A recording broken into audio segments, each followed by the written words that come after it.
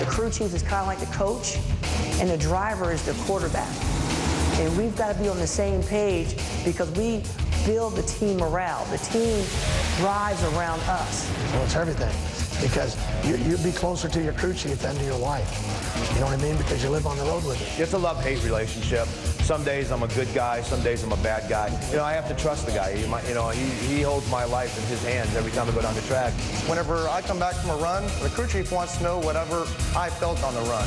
And if I can come back and tell him exactly, I felt the tires shake here, I felt it pull more here, I think it might have put a cylinder out at the finish line, that goes back to the crew chief, and he can make those fine little adjustments whenever the crew chief and the driver can coincide as one, and makes us the best team out there. Talking about the special relationship that develops between the driver and the crew chief at Atlanta Dragway, the Summit Racing Equipment Southern Nationals.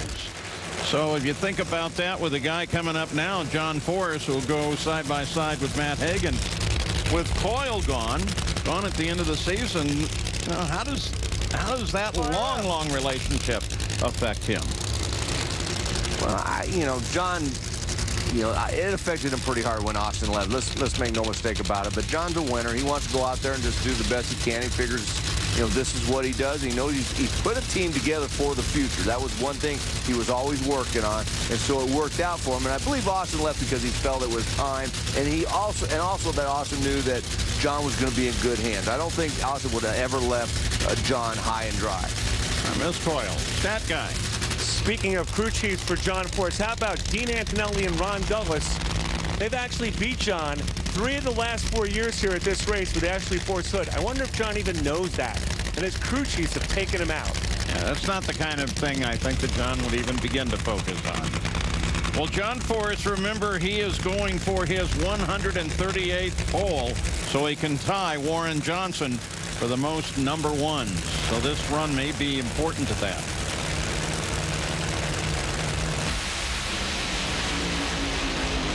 Not going to be for Hagan. We're looking for John. Wow, 4:07 with a 2, and there it is. That's the number 1 track record ET. Hey, Guido, nice job.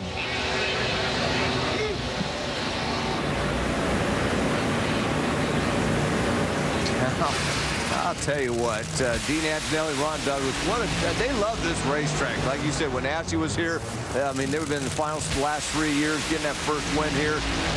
And I'll tell you what, this car was just flying. And the left lane is not the preferred lane for the fuel cars because it's a little bit bumpier, but with the track being tight like this, it doesn't affect it as much. Dave Reef. Well, now the bar's been raised for Bob Tasker, the man who was number 1 following the first session. I talked to their crew, and they've had some good numbers early, but they felt it could have been better in that first session. But they were over in the left lane, and I think Mike's already talked about the fact there are a few more bumps over there. But considering night has fallen, it's cooler, and they're going to be over in the right lane, they think they can go in 07. The only question is can they go quicker than the run you just saw John Force make? About how all-time number 1 qualifiers, well, Warren Johnson has 138. John Force is number 1 right now. If they go the full calendar, there will be 2 more sessions of qualifying. Can John hang on to number 1 throughout the qualifying here? Gary Gerald. Well, John is looking at the monitor with us here at the top end, Paul, and you saw the numbers. You've got a chance here with that lap you just threw to tie Warren Johnson all-time number 1 qualifiers at 138 in your career. Do you keep track of any of those things, and what does it mean to you, John? No, I just love racing, and Warren Johnson, I love him. Family and his son and his wife and all of them out there doing it because they love it. That's really what it's all about. The cheer of the crowd, and heck, I never drove a Pro Stock car. I wouldn't have a clue if I had to shift, so I know he's just better than me in the big. Okay, if I can get it, it's great for the fans. It's pretty exciting. But Atlanta, this thing's pretty gorilla here tonight. Mo Hot Rod, she's flying. Dean Antonelli, Ron Douglas, doing a great job on this car. I've been low ET, but I've been getting spanked the last few weeks by old Beckman. So old Forcey's got to get his stuff together, and that's my baby girl Ashley's car. And I know Courtney, they're watching right now. Courtney's just dying. She wants to race, and she will. But at the end of the day, I'm just happy to be part of NHRA Full Throttle.